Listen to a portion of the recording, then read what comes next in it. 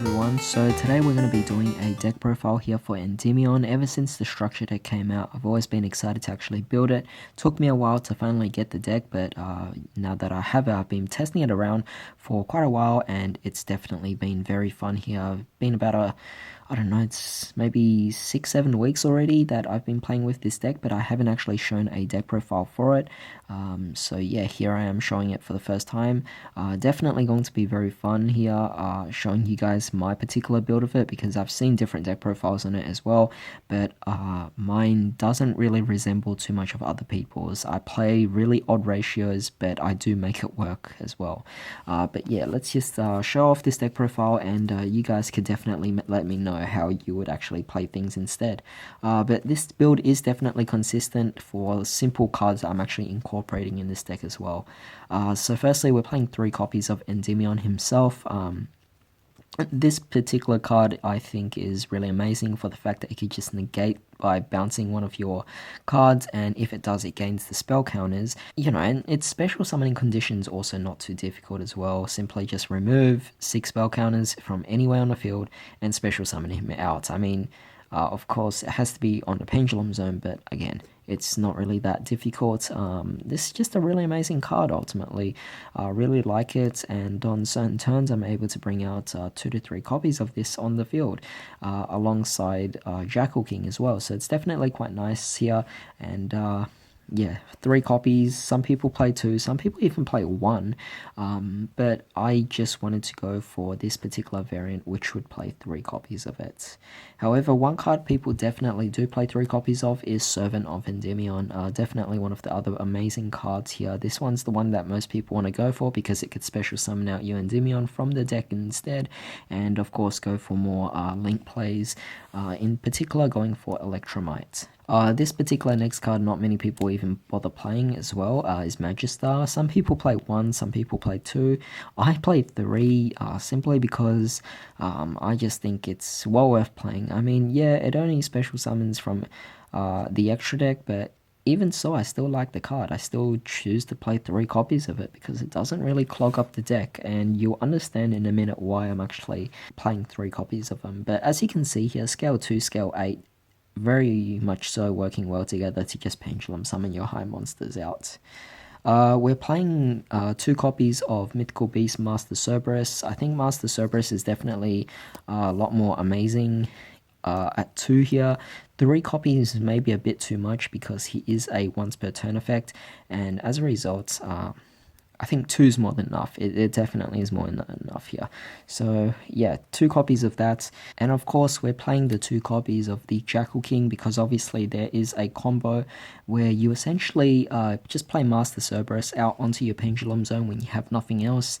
And from that, you destroy Master Cerberus, search out your Jackal King, play your Jackal King, destroy himself, and special summon Master Cerberus from the extra deck, either allowing you to go for your link plays or just to have a big beat stick onto the board. So it's definitely quite nice, but I think a 2-to-2 ratio of the mythical beasts are definitely going to work really well here.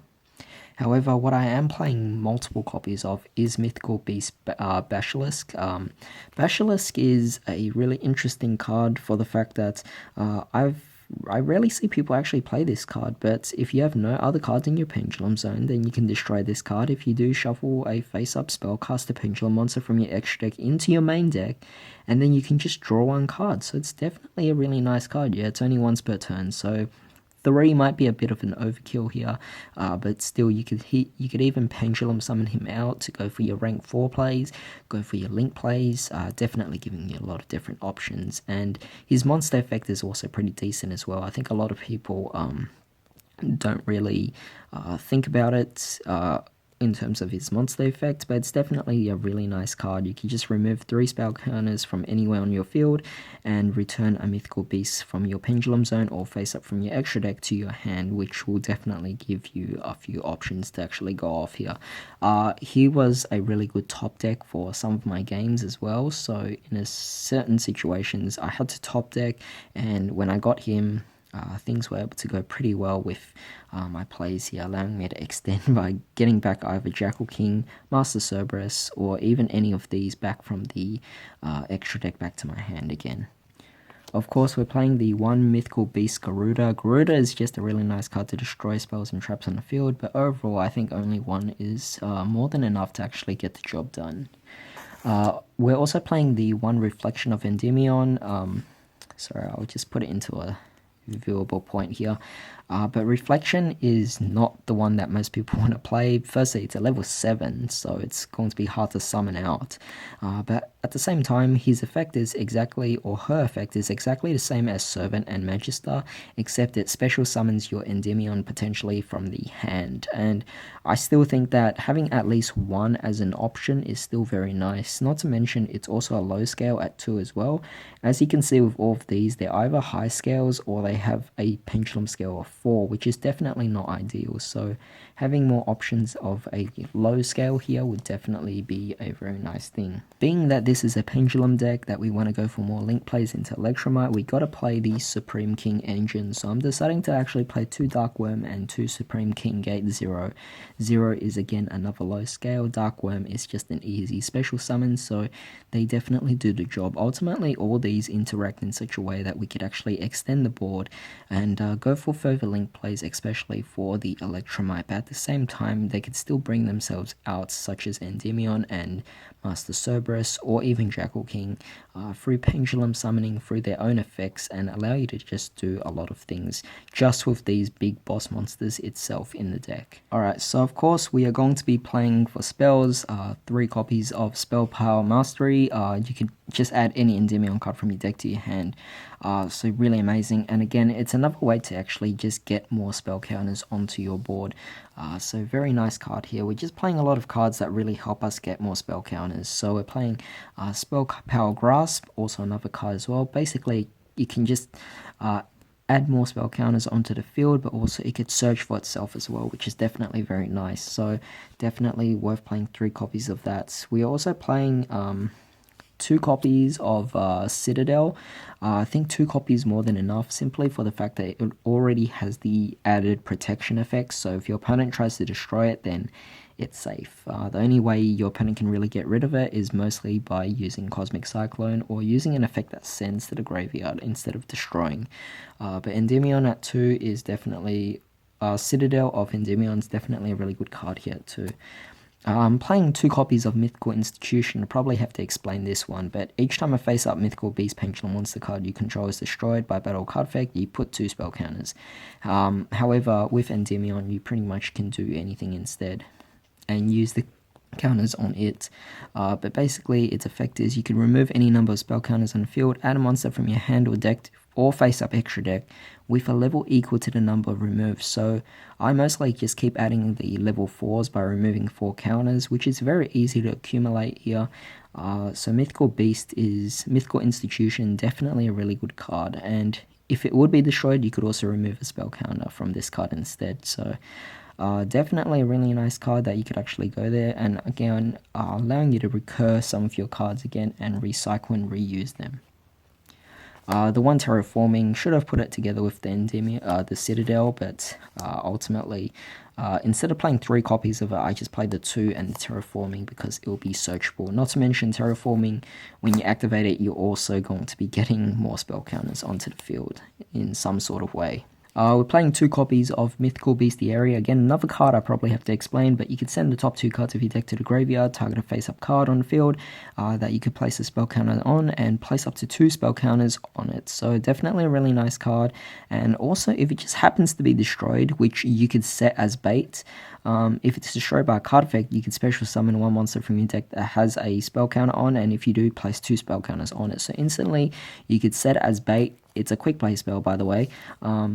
And ultimately, you can just bring out your Jackal King, put on 2 counters on it, and then your Jackal King pretty much has a negate for your opponent's monsters. So really nice there.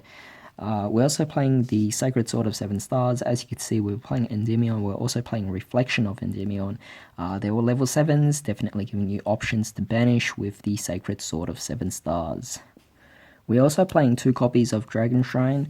Sorry, I'll probably move this in here so that you guys could actually see. But yeah, Dragon Shrine, playing 2 copies of it because we're obviously playing the Dark Worm. Sometimes it can be a dead card if your Dark Worm is gone for a particular reason, but Dragon Shrine is still a definitely good card to worth playing 2 of as well. Deciding to actually play the Dwemed Path, a very interesting card to actually play out, but we are playing the Mythical Bestiary. Sometimes we mill out our spellcaster monsters, and as a result, the Dwemed Path, I really just added it in. There's no point in me adding it in, because this is a 41 card deck, so you could easily just take out Dwemed Path. I'm just deciding to play one copy of it. You could target a spellcaster effect monster in your graveyard, add it to your hand. You can only activate this once per turn. Reason why I just wanted to add this in was because it was a really easy condition for it to actually be activated, and it just add more spell counters on the field. But overall, Dwemed Path it's alright. I mean, it works well with Mythical Bestiary, so definitely very interesting there to play. But aside from that, we're also playing the Pot of Desires to end things off the deck. Just two of them can easily activate both in the same game, but it doesn't affect me in any way. This is one of the reasons as to why I'm playing 3 copies of a lot of these cards here, is because there's the potential of them being banished by Pot of Desires. So by playing Pot of Desires, not only am I able to get draw power, but I'm also able to deck thin, and get into my cards a lot more. I'm playing 3 copies of these cards because I want to see these cards in my hand. And as a result, having Pot of Desires, banishing them, no big deal, so it definitely works quite well here. And again, spell counters aren't particularly everything, but it does help with how I actually played the deck here. Being able to just summon out Endymion really easily, being able to just do a lot of different things. But that's pretty much it for the main deck. Let's move on to the extra deck. Alright, so with the extra deck, we're playing the 1 Yugioh Skull Dread. Obviously, this card is highly possible in the deck. But I'm thinking about getting a second copy of Yugioh because it's so easy to actually go into it. But for now, 1 should be okay. Electromite, again, really amazing card. Sadly, it's only at 1, so we could only play the 1. But yeah, it's still a really great card to actually just do a lot of things. Any Pendulum player would definitely know why Electromite is so important. But Metaltron, most of our ways to get into Metaltron is from the extra deck from special summon monsters, so Metaltron very easy to go into as well. I'm playing 1 copy of Daybreaker. It's not particularly the card that you'll always go into, but still a very nice card to actually allow you to do some certain things with the particular field here. And it's mostly you want the extra counters because sometimes you're pendulum summoning from the extra deck, so he definitely helps out. Playing the Akashic Magician, it's just a really interesting card to just bounce back your opponent's monsters, and it requires 2 monsters of the same type. You're playing mostly spellcasters in this deck, so meets the requirements.